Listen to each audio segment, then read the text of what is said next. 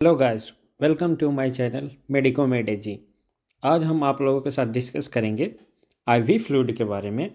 कितने टाइप के IV fluid होते हैं और इनको कहाँ कहाँ हम यूज करते हैं।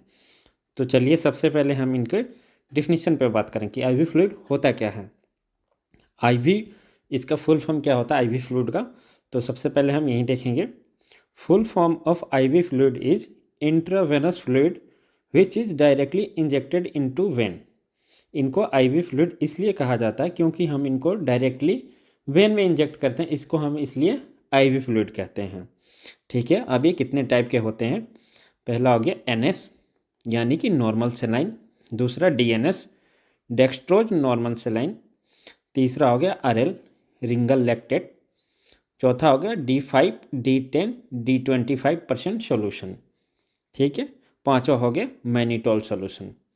ये मैनिटोल जो होता है वो एक प्रकार का डाययूरेटिक होता है जो मूत्र की वृद्धि करा देता है, बार बार मूत्र आने लगता है। इसको हम मैनिटोल को डाययूरेटिक के नाम से जानते हैं। अब हम देखेंगे सबसे पहले नॉर्मल सलाइन यानी कि एनएस। इसका कितना कंपोजिशन होता है, कितने कितने एमएल की बोतल आती है और कब इसका हम प्रयोग करते हैं। तो जो नॉर्मल सलाइन होता है उसमें होता है 0.9% NaCl, यानी कि 0.9% क्या होता है NaCl होता है। इसका जो होता है 100 ml का भी बोतल आता है, 500 ml का भी बोतल आता है और 1000 ml का भी बोतल आता है। अब हम इसका देखेंगे उपयोग। इसका हम उपयोग कहाँ करते हैं। नॉर्मल सलाइन का जो हम उपयोग करते हैं वो कहाँ करते हैं, डिहाइड्रेशन में। यानी कि किसी व्यक्ति का शरीर में से पानी खत्म हो गया है, सामान्य भाषा में इसको बोलेंगे कि शरीर से पानी खत्म हो गया, उसको बार बार प्यास लगेगा, बार बार यूरिन आता है, ये सब होगा तो मतलब समझ जाओ कि उस बॉडी उसकी डिहाइड्रेट हो गई है। डिहाइड्रेशन में, वुंड वॉशिंग में, किसी को घाव लग गया, चोट लग गया तो हम जनरली क्या करते हैं, उसको बीटाडीन से वॉश करते हैं। और हम उसको क्या करेंगे, नॉर्मल सलाइन से भी उसको हम वॉश कर सकते हैं। डाइल्यूशन ऑफ इंजेक्शन यानी कि कोई सी इंजेक्शन का मिक्सचर करके, किसी मान लो किसी को मल्टीविटामिन देना है, किसी को कुछ देना है, तो इसमें हम क्या करेंगे, इंजेक्ट करके देते हैं धीरे धीरे स्लोली। ठीक है, मेंटेन वाटर बैलेंस यानी बॉडी में वाटर की कमी हो जाए, पानी कमी हो जाए तो हम क्या करेंगे, एनएस का फ्लूइड लगा देंगे। ठीक है, अब इसका डोज कितना होता है हम ये देखेंगे। 24 घंटे में एक पेशेंट को हम कितना दे सकते हैं। Dose of the normal saline is completely depend on the patient condition in disease. अब ये डिपेंड करेगा कि पेशेंट को कौन सा डिजीज है, पेशेंट कितना वाटर लॉस हुआ है, इसके रिलेटेड ये डिपेंड करेगा। जनरली हम उसको 2 लीटर से 3 लीटर हम उसको 24 घंटे में दे सकते हैं। और लगभग इसका क्या हो गया, यदि किसी व्यक्ति को ब्लड प्रेशर की समस्या है तो हम उसको ये अवॉइड करेंगे, नहीं देंगे। क्यों? क्योंकि जब ब्लड प्रेशर बढ़ता है तो ब्लड प्रेशर जो होता है वो सोडियम क्लोराइड है, इसमें सोडियम क्लोराइड है। और सोडियम किसको प्रिय है, पानी को प्रिय है। जहाँ सोडियम वहाँ पानी, तो ये दोनों रहेगा तो इससे क्या हो जाएगा, जो ब्लड वॉल्यूम है उसका और इंक्रीज हो जाएगा और ब्लड प्रेशर और बढ़ जाएगा। तो यानी कि डेंजर साइन है, खतरा के इमरजेंसी कंडीशन आने के चांसेस रहेंगे, तो हम उसको वहाँ पे अवॉइड करेंगे। दूसरा हम देखेंगे डीएनएस, डेक्सट्रोज नॉर्मल सेलाइन, यानी कि इसमें डेक्सट्रोज भी है और नॉर्मल सेलाइन भी है, दोनों का कॉम्पोजिशन है। ठीक है, 0.9% NaCl, सोडियम क्लोराइड यहाँ भी है 0.9% प्लस 5 ग्राम डेक्सट्रोज। डेक्सट्रोज क्या है, ये ग्लूकोज ही होता है। ठीक है, और इसमें क्या है, इसका कितने बोतल आता है, 500 ml का भी आता है, 1000 ml का भी इसका भी बोतल आता है। ठीक है, अब हम इसका देखेंगे डीएनएस का कहाँ यूज करेंगे। डिहाइड्रेशन, जहाँ पानी की कमी हो वहाँ भी हम डीएनएस दे सकते हैं। हाइपोटेंशन, किसी का बीपी कम है वहाँ पे हम ये दे सकते हैं हाइपोटेंशन। ठीक है, टू ट्रीट इंसुलिन शॉक, किसी व्यक्ति को शॉक हो गया है, इंसुलिन की कमी हो गई है। इंसुलिन का काम क्या होता है, जो ग्लूकोज होता है उसको क्या करेगा, उसको ले जाके उसको बॉडी में इंजेक्ट करेगा। बॉडी में यानी बोलने का मतलब ये होगा कि उसको एनर्जी को कन्वर्ट कर दे, एनर्जी कराएगा और उसको कहाँ डाल देगा, ब्लड में डालेगा, उसको सेल के अंदर डालेगा। पेनिट्रेट करने का काम करता है, सेल के अंदर डालने का क्या काम किसका काम है? इंसुलिन का काम है। ग्लूकोज तो फिर रिमूव करेगा बॉडी में, और इंसुलिन आके पेनक्रियास से रिलीज होके और क्या करेगा? उसको सेल के अंदर डाल देगा, तो वो अपना क्रेब्स साइकिल के थ्रू एनर्जी में फॉर्म में चेंज हो जाएगा। ठीक है, तो किसी को शौक हो गया है, इंसुलिन की कमी है, तो हम उसको ये क्या करेंगे? ग्लूकोज देंगे। ग्लूकोज देंगे तो इंसुलिन तुरंत, पेनक्रियाज तुरंत काम करना चालू करेगा और इंसुलिन का सिक्रेशन कराएगा। इंसुलिन आएगा, इसको कहाँ डाल देगा? सेल में डालेगा, या एनर्जी फॉर्म में चेंज हो जाएगा। यानी कि इंसुलिन शॉक तब होता है जब उसको हम डायबिटीज़ की दवाई देते हैं। डायबिटीज़ की दवाई देते हैं, उससे क्या हो जाता है? इंसुलिन सिक्रीट होता रहता है बार बार, तो वो ग्लूकोज के अंदर कर देता है, सेल के अंदर डाल देता है, एनर्जी में चेंज करता रहता है। तो इसमें क्या हो जाता है? हाइपोग्लाइसीमिया का कंडीशन आ जाती है। हाइपोग्लाइसीमिया मतलब लो ब्लड शुगर लेवल। ठीक है, तो तीसरा इसमें देंगे हम, इसमें एक्सीडेंट के कंडीशन में, किसी को एक्सीडेंट हो गया है, ब्लड ज़्यादा लॉस हो गया है, तो हम वहाँ पे इसका प्रयोग कर सकते हैं। अब इसका हम डोज देखेंगे। इसका भी डोज जो होगा वो पेशेंट टू पेशेंट वेरी करेगा। Quantity of dextrose normal saline is depend on the patient condition and disease.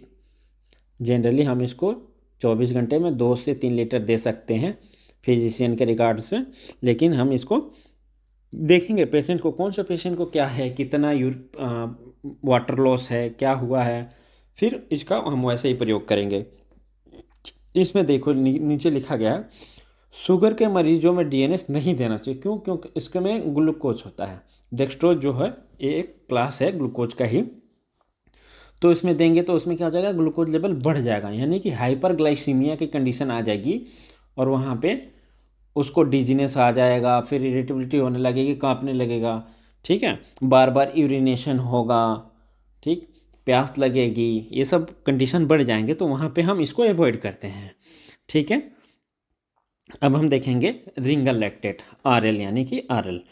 ठीक है, इसमें क्या होता है? It is mixture of electrolytes in which present sodium chloride, potassium chloride, sodium lactate.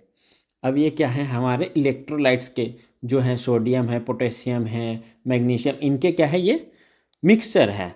तो इसमें क्या क्या प्रेजेंट होता है? Sodium chloride, potassium chloride, sodium lactate, ये सब मिल का इनका इलेक्ट्रोलाइट का ये क्या है? मिक्सचर है।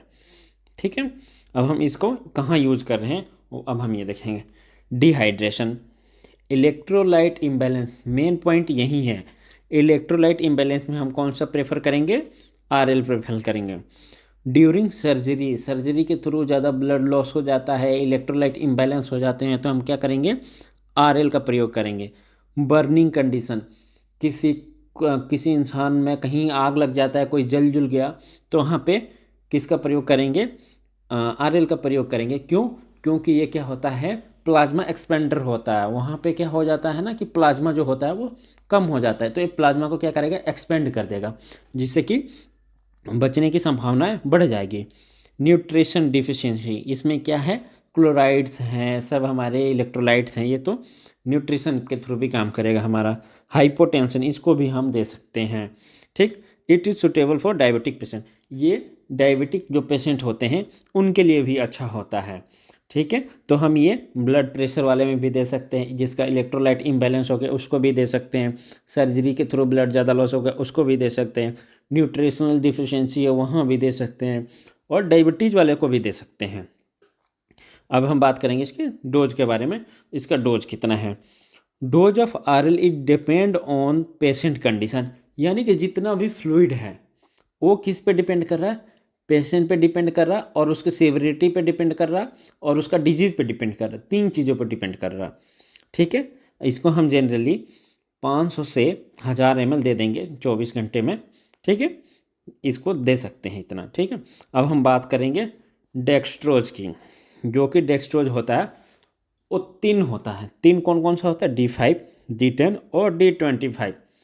D5 में होता है 5 ग्राम, और D10 में यही इंडिकेट करता है। D5 क्या होता है? 5 ग्राम, D10 होता है 10 ग्राम, D25 होता है 20। कितने में? 100 ml में। 100 ml में 5 ग्राम डेक्सट्रोज होगा, 100 ml में 10 ग्राम डेक्सट्रोज होगा, और 100 ml में 25 ग्राम डेक्सट्रोज होगा। ठीक है, अब हम इसको देखेंगे कहाँ इसका प्रयोग करना है। तो इसका प्रयोग में हम देखेंगे डिहाइड्रेशन, डिहाइड्रेशन तो सब में कॉमन है। आगे हम दूसरे चीज़ क्या देखना है, डिजीज़ क्या है और पेशेंट, दो चीज़ें देखनी है, ठीक है। वीकनेस, डिजीनेस, चक्कर आने पे हम इसको दे सकते हैं। क्यों चक्कर क्यों आएगा, चक्कर इसलिए आ रहा है वहाँ पे कि जब कोई भी पेशेंट शुगर की दवा खाता है तो वो क्या लैंड कर जाता है, ऐसे कंडीशन रहता है कि वो हाइपोग्लाइसीमिया में लैंड होने के चांसेस रहते हैं, यानी कि लो ब्लड शुगर होने के बहुत चांसेस रहते हैं मेडिसिन लेने के बाद से, ठीक है। तो वहाँ पे जिस व्यक्ति को उस लो शुगर के चलते उसमें चक्कर वक्कर आके वो गिर जाता है, वहाँ पे हम कौन से देते हैं, फ्लूइड D25 का प्रयोग करते हैं हम वहाँ पे, ठीक है। डेक्सट्रोज का, यानी कि डेक्सट्रोज का प्रयोग करते हैं। अब हम इसका यूज़ तो देख लिए, डिहाइड्रेशन, वीकनेस और डिजीनेस। इसका कितना डोज है, डोज हम इसको देखेंगे 2 लीटर से 3 लीटर दे देंगे इसको 24 घंटे में, ठीक है। यानी कि 24 घंटे में 2 लीटर से 3 लीटर तक मरीजों को दिया जा सकता है, ठीक है। अब हम देखेंगे mannitol solution, this is the type of diuretic. मैंने वीडियो शुरू होने से पहले ही आपको बताया था कि ये एक डायरेटिक सॉल्यूशन है, ठीक है। It means it increase the volume of urine, यानी कि जो फ्रीक्वेंसी होता है पेशेंट को बार बार यूरिन आने लगेगा, ठीक है। ये क्या करेगा, डायरेटिक वो होता है, डायरेटिक हम उसे कहते हैं जो क्या करेगा, बार बार यूरिन लाने लगे, मतलब पेशेंट को बार बार पेशाब आने लगता है इसमें, ठीक है। अब हम इसको कितना देंगे, 20 ग्राम मैनिटोल इन 100 ml। क्या करेंगे, 100 ml NS में हम 20 ग्राम देंगे मैनिटोल, ठीक है। इसको हम डाइल्यूट करके ही देंगे, विदाउट डाइल्यूट किया हुआ हम इसका प्रयोग नहीं करते हैं, डायरेक्ट नहीं करेंगे, ठीक है।